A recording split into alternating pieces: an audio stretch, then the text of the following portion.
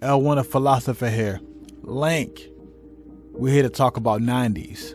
You know, Seinfeld, Biggie and Pac, Ross and Rachel, the Jordan Bulls.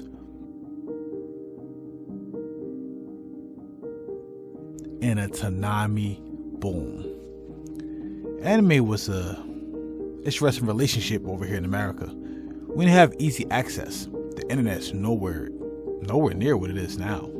I mean, we barely had dial-up in my house. I don't even think we even had AOL. Probably like Netgear or something like that. The only time you really could see anime if it was on WB before the TOONAMI hit on Cartoon Network. And maybe you could have some connection, somebody who could get some bootleg tapes with some subtitles, but it was rare. So anime in the 90s, to me, is more like the art of Van Gogh. We really didn't appreciate it till it was over. So here, I want to talk about the greatest 5 pieces of anime I have seen that came out of the 90s. I've seen a lot of this stuff after it came out, after the 90s.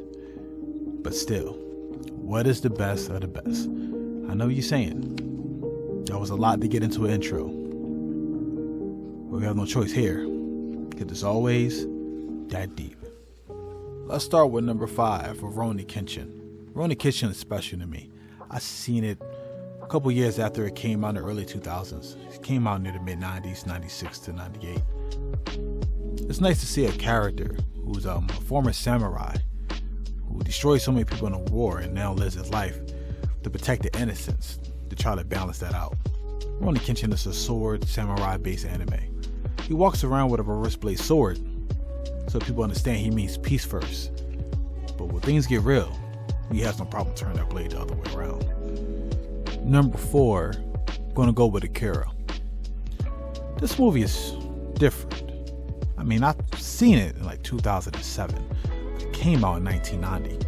It's the first huge anime to come over here, and definitely in the theaters. It was huge. It was ambitious. It was the first thing I seen that was Cyberpunk. To see the movie show drug addiction, to show gang violence, and somebody experimentation when it comes to the government. It was different, it was unique, and it was scary because it represented a lot of themes in life that people seem to run away from. For this movie to attack it in the early of 1990 and give it to the world, well, it shook up anime forever. And that's why it's my number 4. Now, at number 3, well, this is the easy one. This is something I seen in the 90s in America while it was being shown to us, thanks to the WB early mornings. That was Sailor Moon. Come on, man. She's fighting evil by moonlight and winning love by daylight. You can't deny the first Magic Girl anime that came to America dominated. I watched Sailor Moon, I watched the Sailor Scouts, I watched Tuxedo Mask. Get it in. I don't like how that came out. I didn't watch them I didn't watch that type of stuff then. Okay, I saw them fight their enemy to save the universe and the world. But again, it's one of the most important animes that happened in that time. So I can't ignore it, and I watched the whole series while I was on TV. And that's why it's my number 3. Now, number 2. This is the anime that got me in anime. The one that started it all. That's Dragon Ball Z.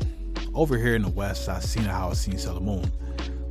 Early morning, first time seeing Raditz come down, telling Goku he's an alien now. Over here, we haven't seen Dragon Ball first. We already started with Dragon Ball Z. Until we hit TOONAMI and we got to see the whole series. It changed everything. Dragon Ball Z is my whole teenage life, my early teens into graduation of high school. Seeing every episode changed me, right? And then when I got him older and seeing that I could buy the orange brick sets in the store, that got me want to buy more anime. Started my collection and started my anime journey. So if it wasn't for Dragon Ball Z, I wouldn't be here today talking about anime and why it's so great. And that's why it's at my number 2. Now at my number 1, the best piece of work that I've seen that come out of the 90s. But that's Yu Yu Hakusho. Can't lie, I seen Yu Yu Hakusho probably 2008, 2007. It came out in 1992. It's a special anime. Yusuke Urameshi, the main character, is the best main character I have seen in the 90s. It's more relatable, more understandable. Becoming the demon detective, I believe, right? Basically the demon slayer. You see how that worked there? And his journey on becoming this thing to help save the earth and save people he cared about and people he didn't think he cared about.